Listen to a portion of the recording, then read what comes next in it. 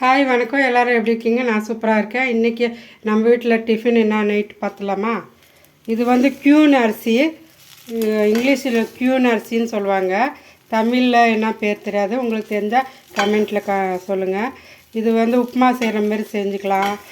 இல்லைன்னா நம்ம ரைஸு சாப்பிட்றோம் இல்லையா, அதில் இது ஒரு கிளாஸு ரைஸ் ஒரு கிளாஸ் போட்டு குக்கரில் வச்சு 3 விசில் கொடுத்துக்கலாம்.